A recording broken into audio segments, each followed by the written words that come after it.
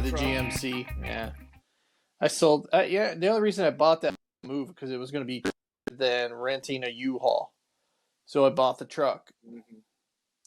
The truck cost $500, and for a U-Haul Yep. for a few days, it was going to be like $600. So I was like, well, fuck, it's cheaper to buy the truck and pay the $50 insurance on it for the year and be done. So that's what we did. And it ran Oh, it ran all right. Good fishing truck. Yeah, it got us the main prize and back. That was pretty much all it needed to do. Good fishing truck. I remember we went to Main prize. main prize with the main prize. Yeah, that was the big reservoir. Oh my. Yep. Yep. It's not BJ's or anything. There was a no. BJ's is underneath. Yeah. The Donnell Yeah. sold it.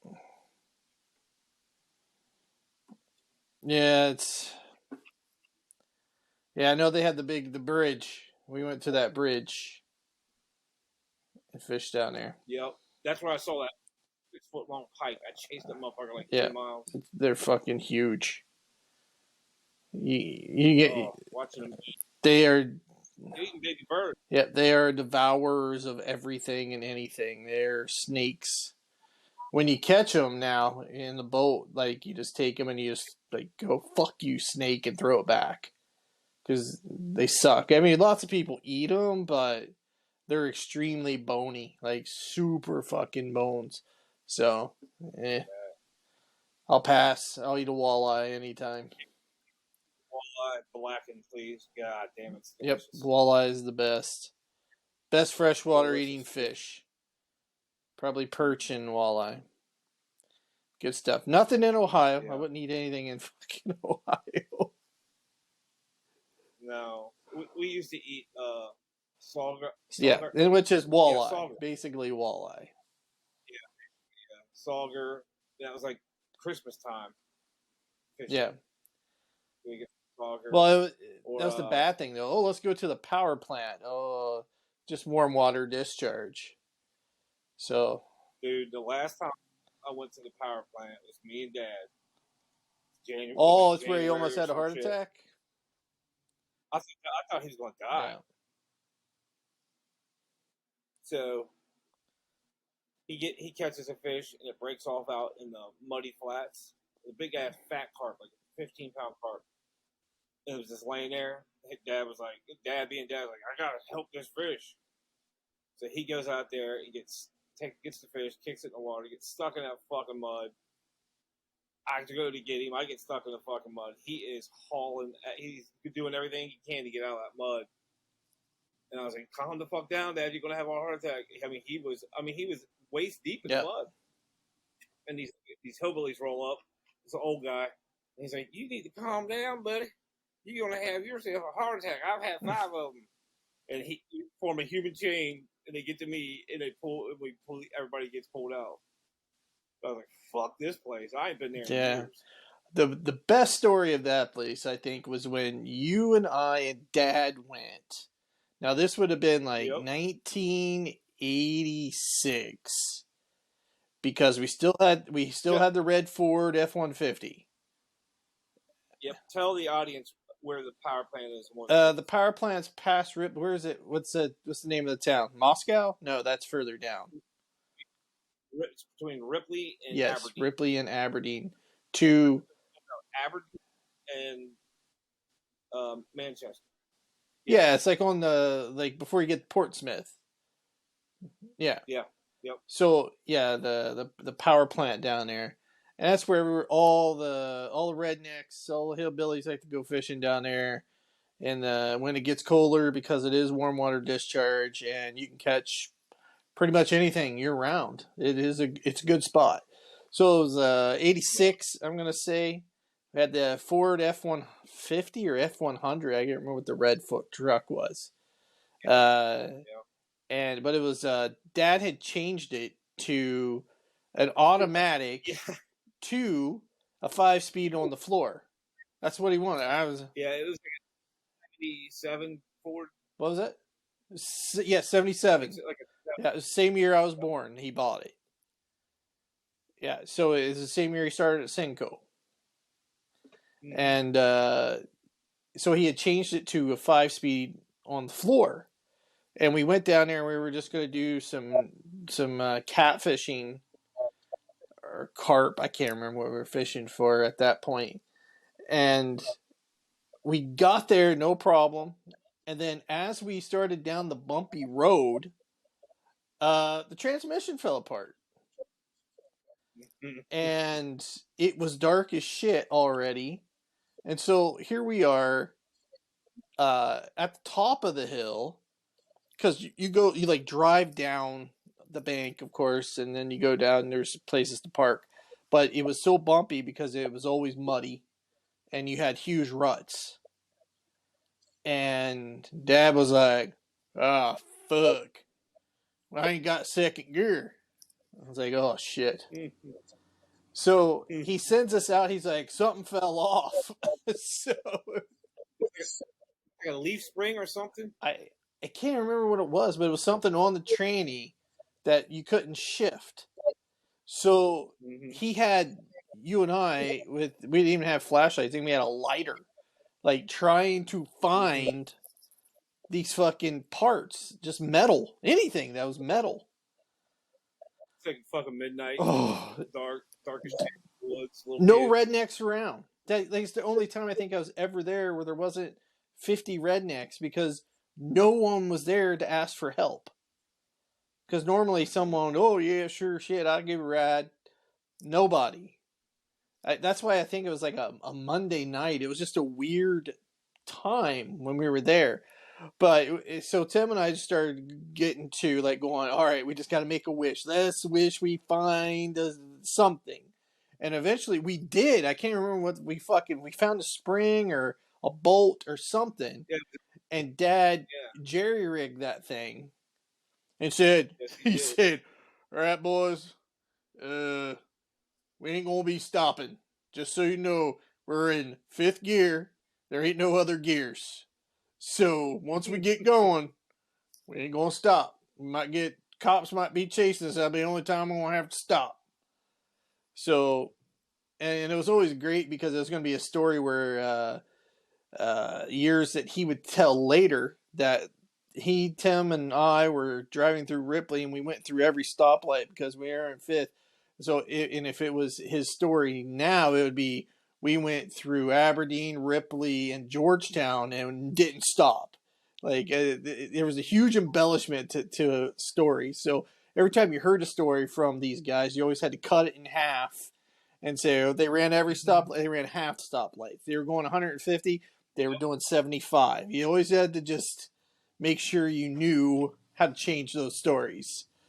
But Yeah. that place, yeah. You got But we made it. It was a scary fucking drive. scary. But like any kind of scary drive, that's the guy you want at the wheel. Yep. My kids feel the same way now, which is great because up here, especially where there is, literally 3 feet of snow on the ground, it's storming, and they're in the back seats asleep while I'm white knuckling it, like through 2 feet of snow. And they're like, "I'm not a care in the world." Like, Dad will take care of it. And I remember that because that's where I'd be in the back seat going, "Not a care in the world." Now, there were those instances. West Virginia. You remember that shit? Going through the tunnels in West Virginia when we were coming back from Florida. Oh my God. I thought we were going to die. Him and Mom were fighting because they couldn't see the exits, and then they were going through a tunnel. And he was just so freaked out about going through that tunnel. And he didn't think he should be going through that tunnel. And they were, oh my God, I thought we were going to die that time. Is it coming from DC? No, this was we were in the Phoenix. So this was Florida. I remember we drove down there to that Phoenix. That motherfucker broke down 3 or 4 times. We had a fucking cooler full of bologna. That's all we had. Remember, I think we were going to Texas. We had Yeah, Grandma. we rented the minivan, the Yeah, Ford it was the NBA. Aerostar. Oh, the best. It was the NBA Finals. It was Lakers and Celtics. Yep, We had to 86. stop and get a hotel room just to watch the game. I'm awesome. sure Dad was a Lakers fan at heart. No. No. Larry Bird could have been on the Soviet Union Ruskies, and Dad been like, "Yeah, I'm a Soviet Union's Rusky fan. That Larry Bird, he's awesome." Every dude Dad's generation that played basketball thought they were Larry Bird. I would have too, though, because I still wished I was Larry Bird, because that guy he was awesome. Playing basketball at the Wild with those old guys, man. The motherfuckers, they Larry Bird. It's old school basketball. Yep. It's great and it works. Yeah, I liked his portrayal on the latest HBO show. Dude, what's it called? Showtime or whatever. Magic. I love the Magic Johnson portrayal. The guy was awesome. I still think Magic is probably the greatest basketball player of all time. Better than LeBron, better than Michael, better than all of them, because he could do more than anybody. And if he didn't get AIDS, and he lost like 5 years of playing ball. AIDS of all fucking things. AIDS got him, but he's still alive. Well, yeah, as the South Park said, if you wanna save yourself, just inject money, because that's all there is. What he did, he's a very successful businessman. Billionaire. Matt Irving. He was awesome. I loved watching him. Pass the ball. Holy Christ. Oscar Robinson's got the numbers. The Big O's got our hearts, because that was Ohio, UC, Big O. Cincinnati. Yep, the Royals. Yep. Have you seen the Bengals' white helmets? It looks awesome. Oh, it's going to be the back of the truck, and then here you come, carrying a canoe, shirtless. Yeah. Because Regan needed your shirt. Yes, because, and I didn't go shirtless because I'm fat and white, and yeah. I don't like to go shirtless, put it that way. But Regan was also on her monthlies. And so, being in the water and everything else, everything was gross and red. So, she asked for my shirt. I gave it to her. So, we had the redneck ride in the back of the truck, back to Williamsburg, back to our car. And it's funny because, okay, we've just been married a month. This is not a good time. I look at her and I go, just so you know, you hit it like a 9-foot king snake that was right beside you, and just being a dick, just being a pure dick. I don't know why I did that, but I just did it, and she just looked at me and with hatred, and it was like, whatever. So we get back to the car, not knowing if we're going to stay married at this point, and it was the old Cavalier, the blue Cavalier. And luckily I had some dirty, warm clothes in the back. So we put some of my old dirty clothes on and got the fuck out of there. We get up to Batavia and we're going through the 4-way. And I look at her and I go, "You want to get an ice cream?" So we stop at Dairy Queen and we get an ice cream cone. And I think that's what saved our marriage, because we just started laughing after that, because what else can you fucking do? It was going to be a story for life. And it was the first and last time we ever went canoeing that way. No canoeing for a reason. No canoeing. She likes kayaking, but fuck canoeing. I remember me and you got in a fishing tournament in a canoe that one time. Oh, fucking... I was telling a story the other day. So you were in the front and I was in the back. And you in a canoe, you fucking fell, like bam, and you fell on your pole, and you broke the tip off. And I think at the time we were both smoking too, and you were like, "Fuck this," and you welded the tip of your pole with your lighter together. I took the cellophane from the cigarette pack, and put it around it, and then heated it up, and basically heat shrunk that shit on there. because we were in a tournament, and I remember that one. That was in the one that was the furthest away, because we got into it and we fished it because we didn't have a motor. The other one we had a We had a motor. row. Yeah, the other one we had a motor, but this one we didn't. And I remember getting out there, and then like on my second cast, I caught like a little half-pound bass, and I was like, "Oh man, we're gonna fucking tear them up today." And I think it was the last one we caught. It was pathetic. Yeah. Both tournaments we got That was into was pathetic. Winton Woods. Oh man, at the Lake Grant tournaments, me and Dad would get into them, and it was the same thing. Same thing. It was pathetic. We never could fucking get anything. It was always we'd lose a fish, like at the last minute. There was like 3 or 4 times Dad had like a 5-pound bass hooked in some shit, like in a bunch of trees and shit. And like, it's time to go weigh in, Dad. Get it out, get it out. And the motherfucker would come off every time. What you needed to do is just go up to Woods' pond and take those fish.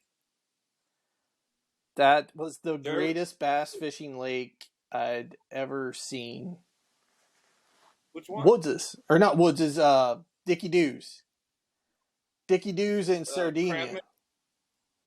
Yeah, Crabman. That was the best. Yeah. I've driven by that recently and like, oh. Yeah.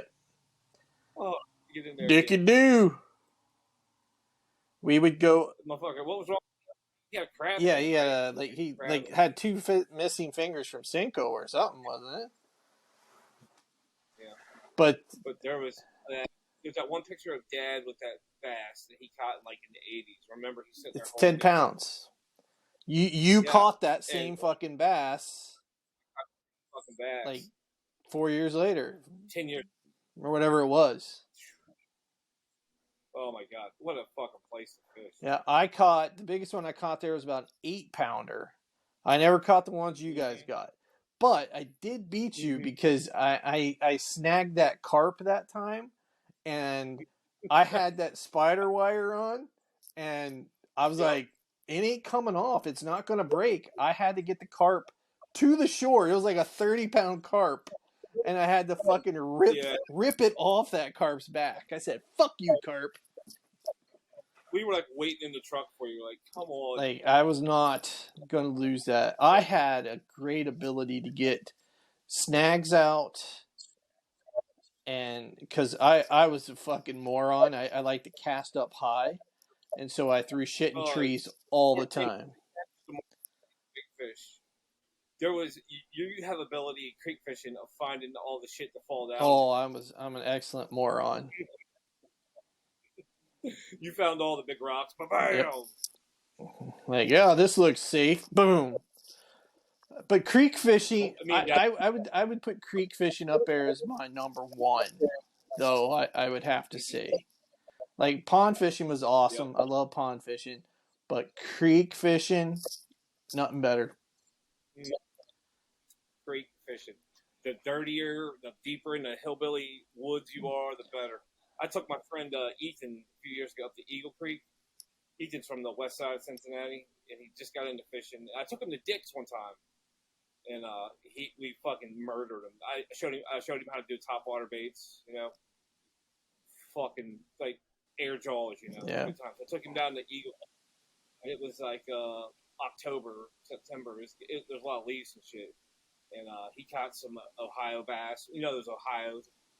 Yep. He caught some of them. He caught some smallmouth. Had a great time. Fell in the fucking water on like a 1.5 pound smallmouth. Fucking had a great time. Then these motherfuckers roll out of the woods. 3 guns apiece. A 22, shotgun, pistol. Ethan was like, "Oh, we're gonna fucking die." I'm like, "What up, y'all? Y'all get these squirrels?" And they reached in their pockets and pulled out like all the squirrels. Yeah, we got 3 red and 2 gray. I was like, right on, we're fishing. And it just went on. Ethan was like, "Did you know those guys?" Like, nah, they're just hillbillies. Probably are. Yeah. Fuck, there was that... But there was that summer, you and I, it was probably 2000, 2001. We went up Eagle Creek, and we went up probably 8 miles. Like, we went all the way... Fuck me, we went way up there. And... Dude, we had waders on too, and we got all the way up there, and you're so hot because you got waders on. Even though if you're walking through water, it didn't matter. You're fucking burning, and Yep. like it was so hot though. It was probably 100 degrees, It was so hot. and Good fish oh, now. and we got on the opposite side of the creek of where we were parked and coming back, like because you get so disorientated of where you're at times. Oh, yeah. And Yeah. everything. So we're on the opposite side of the fucking creek, and we could see the car. That was the funny thing because you're up a little bit. The railroad tracks are way over there, and so we were kind of walking through, and we're just trying to get back. We were both dehydrated. We had no fucking water. It was game over, man. I felt like aliens. Like, oh, I'm fucking ready. This is fucking over, man. And I just wanted out of there. And we looked, we see that Tim's, he had the Toyota or something at the time, I think, or I can't remember what it was, a blue car. And we were just like, there it is. We're going through this shit. And it was all those fucking thickets of, it was just pure evil. Yeah, it was that shit to make it itch. It wasn't poison ivy, Nope. but it would make your shit burn. Itchweed or whatever. Well, it was itchweed and it had thorns too because like we had waders on, we had hip waders on, so it wasn't bad for her legs. But my arms, like when I got out of there, you were bleeding. It was. I remember I came up to a spot and I just jumped in the fucking water. Remember?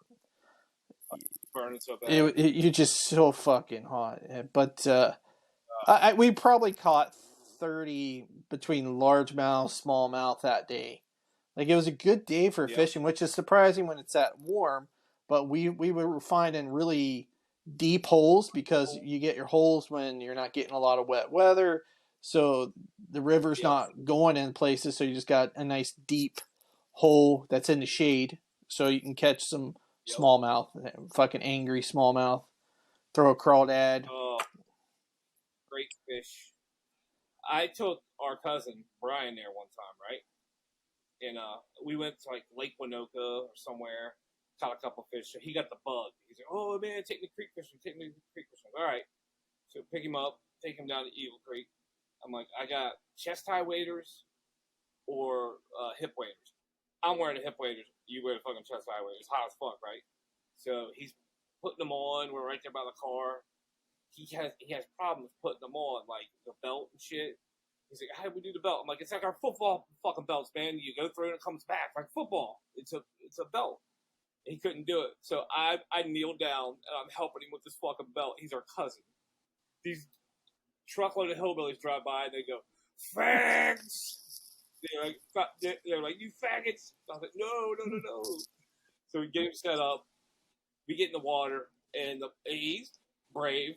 He's a brave motherfucker. He gets out there. He gets chest high, catch a couple fish. I'm out there with him. I'm going as far as I can go, and I'm like, "Fuck it, man." I like fall in a hole.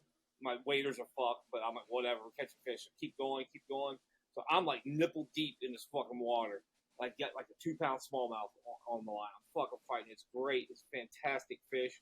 This fucking moth comes flying like a million miles an hour. Hits me right in the fucking nose. Goes in my fucking nose. And I'm like, fuck. Like, cough it the fuck out in the water. And it's floating around in the water. A fish comes up and eats it. Circle of life, man. Right there. Yeah. Out my mouth.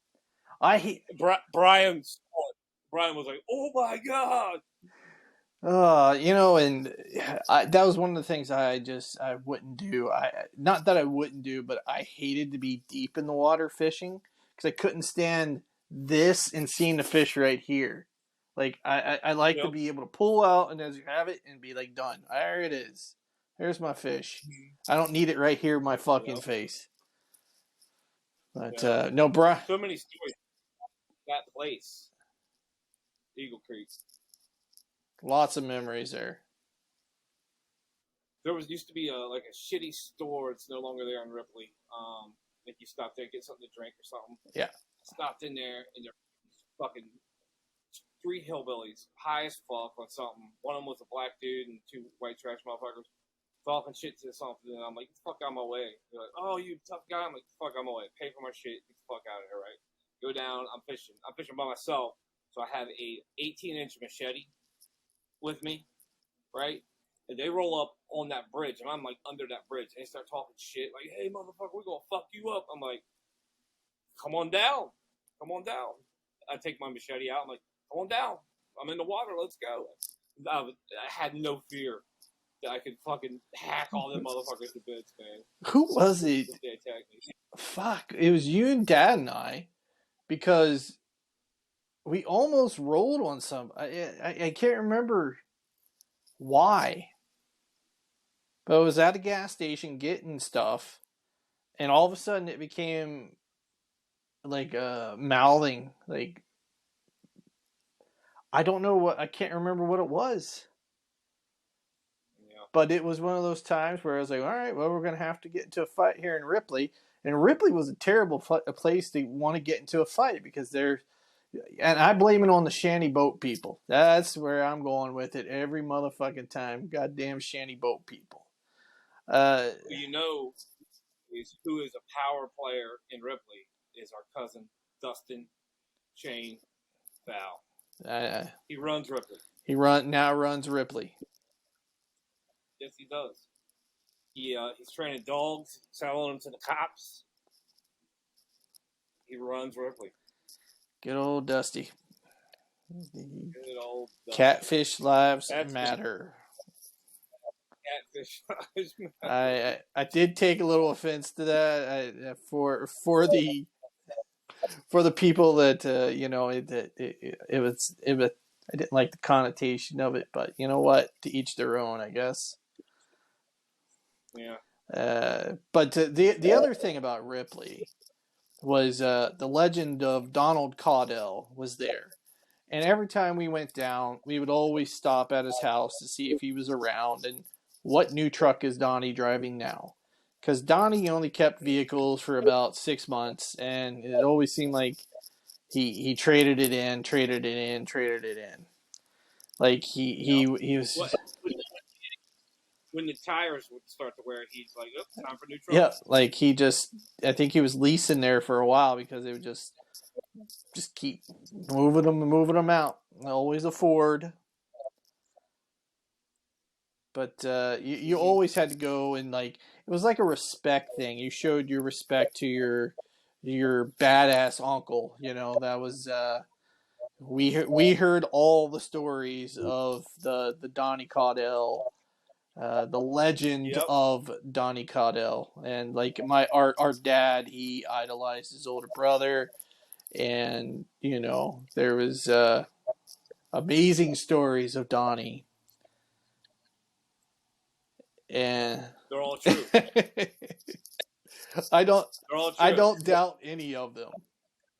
I went to one of the shithole bars in Georgetown or something, and I was just 21, and I put my ID down, and dude was like, Caudell. He's like, are you Don Caudell's boy? I'm like, no, he's my uncle though. My dad's Mark.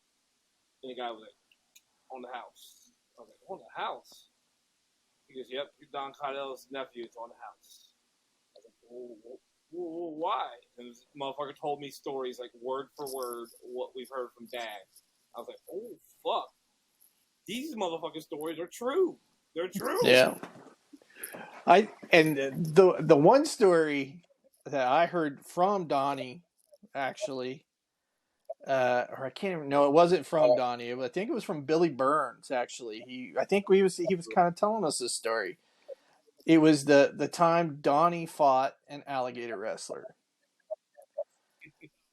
down in Florida. It was Donnie was out, and he was known to be a fighter. Like it was well known Donnie was a fighter, and he was down. We had lots of family down in Florida, in Tampa and St. Pete. So they went all the time. We're down there, so he scrapped down there lots of times, so they knew. I think he had scrapped the night before, and so this guy came in the next day, and he was dressed in all red leather. Like red leather pants, red leather jacket, about 6 foot. He's the Lizard King. He's like 6'4", 250 pounds, just big old mean son of a bitch. And he's just like, I forget what friend it was with Donnie. And the guy comes up and he goes, "Hey, I hear you're badass. I want to fight you." Donnie's like, "I don't feel like fighting." The guy's like, "Well, you're not going to get much of a choice." And Donnie's like, "Not tonight, man, not tonight." So the guy walked away, and then he came back, and then Donnie's friend said, "Oh shit, Don, here he comes." And the bar had like those, like the old chairs that Grandma had, or we had for a bit. They had the points on the end. They looked like chess pieces, kind of a thing, like those like 1960s, like chairs. And so when Donnie turned, it caught him in the eye, the top of this chair, and he was blind in one eye. And this guy came at him, and they started scrapping, and the whole bar went off. Everyone, a typical bar fight, and everyone's going off, people beating the shit out of each other, doing the whole thing. Then Donnie gets rolled out a window, and he falls out a window, and he's standing behind a bush, sitting behind a bush. And his friend rolls up and is like, Donnie, you okay? And Donnie, they did the story because one eye was swollen shut from the chair, but his other eye was swelled shut from the guy punching him. And he goes, "Yeah, what's up?" It's just like, that guy wants to know where you're at. So he's like, "Well, I'm right here." So they go back inside, and the guy's like, "God damn, you're a scrappy little motherfucker." And he's like, "I want to buy you a beer." And he's just like, "All right." He was just like, that's when he learned the guy was an alligator wrestler, and yep. He just liked to fight. So, but Donnie, that was the one thing. Donnie, he had the handshake. Crush it. Crush it. Abby tries that too. His daughter. It ain't gonna work. Ain't gonna work. Donnie's hands, I give him, like he got big old hams. Like they said he had the 6-inch punch and all that shit, and it was true. Boom, out. True. What sucks is having skinny hands. Little tiny. You got them. I got little hands. Yuli has fucking lunchbox. Good. He's gonna smash. Good Hulk smash. I need to get some good lawyers now. But the fighting is in the DNA, because if you go back to like our great grandpa Peter Burns and Stephen Caudell. Peter Burns is the one man he was afraid of. Stephen Caudell. Well, he wasn't afraid. He just said, they put us in the ring, one of us would have to die to stop. Yep. And that was... So the story of Peter Burns, who was a physical anomaly, because he's like 5'9", 200 pounds, but not fat, and just massive hands. Just a big hillbilly dude. And it was World War I. He was a doughboy. He got drafted, and he loved it because it was 3 hots and a cot. You get to eat, and coming from poverty in Kentucky, I mean, getting to eat was something. So of course he was eating every chance he got, and they were doing like a battalion-wide boxing tournament, and this black guy was knocking everybody the fuck out. Was knocking everyone out. And somebody watched was like, "God damn it, I bet Peter Burns could whip this motherfucker. Let me go get him." And of course, there's some racial overtones because it's 1918, whatever. 1916. They go get Peter Burns. Peter's eating, and they're like, "We need you to go fight this guy, knock him out." And he goes, "All right, hold my plate. Don't eat my food." Goes in the ring, shakes the guy's hand, fights us, knocks him the fuck out, runs back to his fucking food. And they're like, "Dude, you're the champion. You're champion. We can fight other people." And he's like, "I've got to eat." And he's a champ. I remember him telling that story. Well, to Donnie. He would tell the story, and that was a great thing about the reunions at the Caudells was you got to hear his story 6 or 7 times because he would tell him 6 or 7 times. That was just, he was 90 years old. That's what he did. But he would be on the ship, like the ship over to Europe. They continued doing. Too long. Yep. So you're on a Navy ship. There's nothing to do. You're steaming over. Like he boxed all the time. He would fight guys all the time. And Peter was also he was very good. He was an excellent shot. So he actually ended up teaching snipers. Like he was such an excellent shot that they had him teaching people how to shoot. Yep. Now our great grandfather Stephen Caudell, he was also doughboy. Went over, fought in all the shit, and he was actually captured. Was a POW in Germany, and yeah. Oh, he was 6'2", 6'2", probably 175, 180, like tall, big hillbilly again. And he got captured the first time, and it was summertime, and got put into a POW camp, and it was like fall or whatever, and he escaped with some other guys. They didn't get out. They got recaptured. So the second time, now it's colder. It's winter time. So they're just like, well, we're going to take your shoes and your boots and stuff so you don't try to escape again. So Big Hill fucking Billy said, fuck this shit. I ain't staying here. And there he went again. He escaped a second time, and he was he got through, got out, but he did have some frostbite. Frostbite on his feet fucked him up.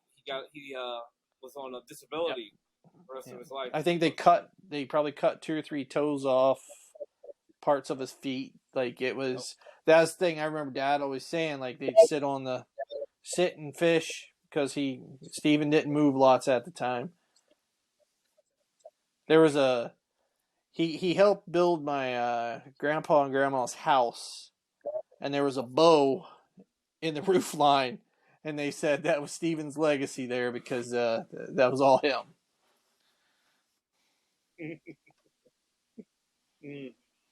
When Grandpa Caudell, his son Merle, when he died at his wake, dude, it was a fucking concert.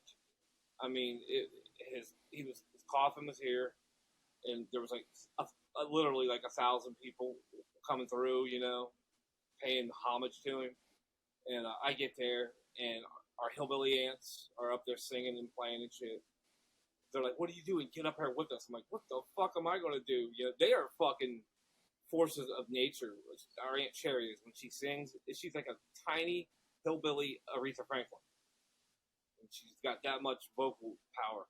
So I'm standing there by her. I don't know the fucking song. Somebody throws a guitar in my hand, which makes me feel better, so I go back and hide behind the fucking piano. But people were telling stories about the things that Merle built for them, like repairing roofs and their hot water heater goes out, and he would fucking put it in. Shit that he never told people about that he would do, charitable acts without, oh, look what I've done, all the shit he did. And, people needed money for medical stuff, he would hook them up. And it's pretty cool. Yeah, and I think... And we had a very different relationship with that man than most of our cousins. I'd say, like, most of our cousins and most of his parishioners at his church. Our grandfather Merle, he was a preacher. He was a very devout Christian. That's he really rode that path. Now, I did not. Our family really did not. Our father, mom, everything. We weren't in that. So I would call it a bit of a strained relationship with her grandfather. Loved the man wholeheartedly, with all my fiber and being. But Yeah, he was cozy, joke around and come to your baseball game and well, see, and that, play games. but He was a very yeah, quiet dude. and that was the one thing that we missed, like the coming to ball games and the coming to really anything. Like we didn't really see that set of grandparents, and and No, again, Sally and Merle, love them to death. You're very special people to me, but it was a hard relationship because our cousins lived a couple houses down, or they lived in Hamersville, and it was easier access maybe, and they were in the church too, so it made it easier to have that relationship where I didn't have it. I tried later in life. I was driving by their place all the time, so I decided I'd stop for coffee every single day. So I would stop and have coffee with Grandma and Grandpa for half hour a day, and just to get to know them more. And I did that for probably a month, and then they stopped being there when I was stopping by. So I was like, all right, I this get the motherfucker hint. was I get the old. hint. It's all right. But We had mother Catherine on our mom's side, who was the she'd come to baseball game and she would be like, if you hit a home run, I'll give you $1, shit like that. and our grandpa, like Pap, he wasn't our blood grandfather, but that didn't matter.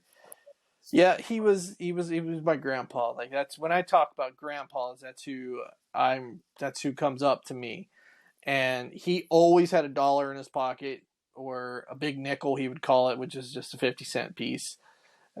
Always, every time. And if you brought a friend around, he'd give him $1 too. It was just what Clem did. That's what Pap did. He loved Yeah. us kids. He loved. I think he loved Jenny more than anything. That was his little doll. Well, do you know? Do you? I learned from Jenny. Do you know he had a wife and a daughter that Yeah, died? yeah. That's. Oh I yeah. didn't know He that. there's his funeral plot up there. Yeah, like his kid, and Yeah.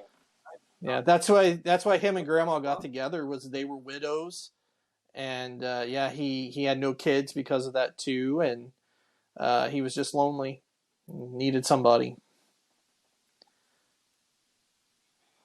Good man. Good man. Our Uncle George has some negative feelings about it. And when George would tell a bullshit story, I'd always defend Grandpa. And George was like, God damn it, you and Clem, the motherfuckers. I'm like, he didn't pull a gun on you. And George was like, yes, he did. Yes, he did. I'm like, nah, you're lying. God, A whole lot of stories. Grandpa was a violent man. He Well, yeah, definitely was, but he was, again. He saw action, World War II. He saw action in Korea. This is a guy who saw shit, and he would openly talk about it. He wasn't one of those guys who couldn't talk. Like Pap would tell stories. He didn't need to be drunk. He would just be like, "Oh yeah, shot a German through the eye," you know. And I remember hearing you say, I remember Grandma getting us the little Army Man set, and it was Pork Chop Hill, and he I remember goes, that. The and he's battlefield like, bitch. yeah, I was fucking there, and you're like, what? He's like, yeah, I was at Pork Chop Hill, so we're fucking Korea. I was cooking like yak meat or some shit. He's like, we didn't have any food. He was a cook. They eating Yeah, rats. he was a cook in Korea. Like he was a sergeant then.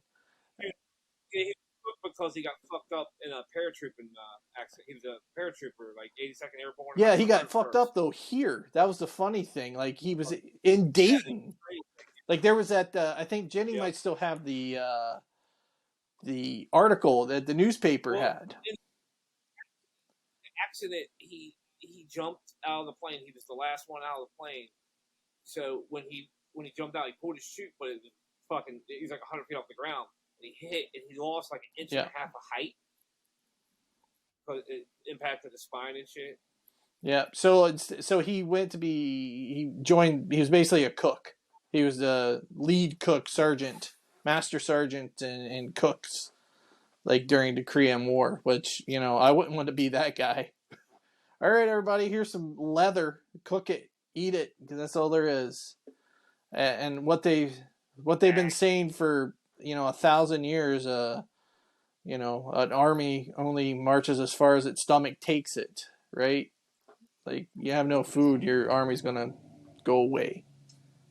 This is how it goes. But Pap was loved that guy. Him and Grandma, they didn't have a great relationship, but it was what it was. I have only positive memories of all that. VFW halls, bingo halls, the best. Chico, get a Chico stick. Yep. Remember them? Oh, fuck yeah! What were they, like, butterscotch? It was like a Butterfinger, like the inside of a Butterfinger. Yeah, Chick stick. Yeah. 15 cents at when you go to the stand there at the baseball games and shit. Get your Chick stick.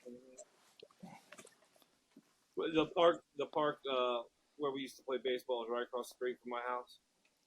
Yeah.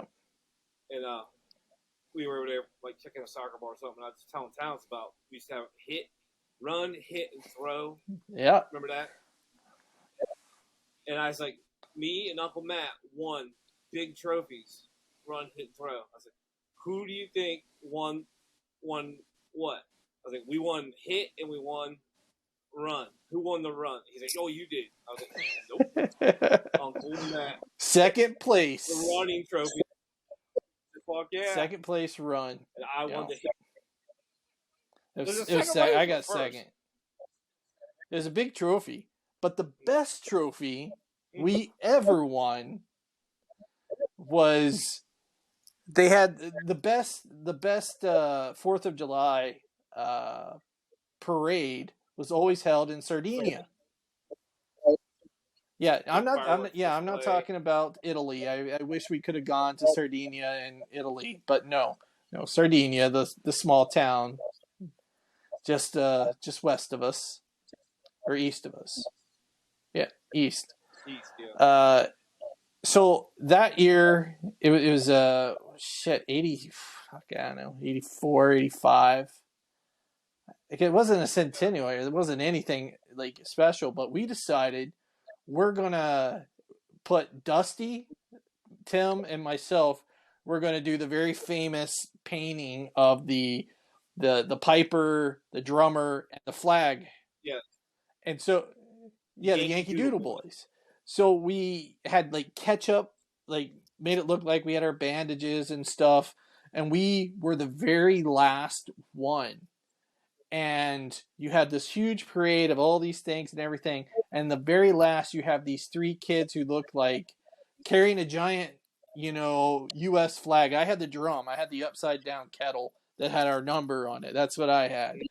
And I can't remember if were you the flag bearer? I had a flute. Dusty had the flag. And so we go through the whole thing. And we leave, and then the next day our Aunt Kathy's calling saying, "Hey, you guys won the trophy for best whatever." And I was like, "What?" And it's like a 6-foot tall trophy. It was huge.